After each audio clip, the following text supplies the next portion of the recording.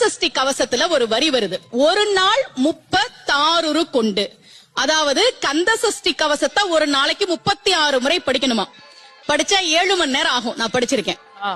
ஆனா கலியுகத்துல கந்த சஷ்டி கவசத்தை ஒரு நாளைக்கு 36 முறை படிக்கிறதுக்கு நேரம் இருக்காதுன்னு தான் அதுலயே சூட்சுமமாக ரகசியமாக ஒரு விஷயம் சொல்லப்பட்டிருக்கு. முருகனுடைய அருளால் நான் தெரிஞ்சுக்கிட்டேன். அதை நான் உங்களுக்கு சொல்றேன்.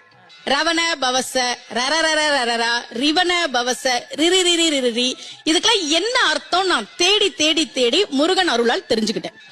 சரவண பவ முருகனுக்கான மந்திரம். இதை 6 முறை சொல்லணும்.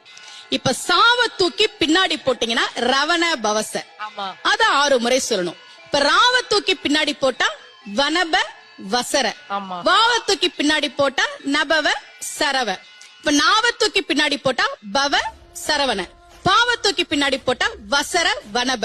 ஒன்னொன்னையும் 6 முறை சொன்னா 6 × 6 36 வரும். இப்படி சொன்னால் 5 நிமிஷத்துல சொல்லிடலாம். கந்த சஷ்டி கவசத்தை 36 முறை சொன்ன பலன் கிடைக்கும்.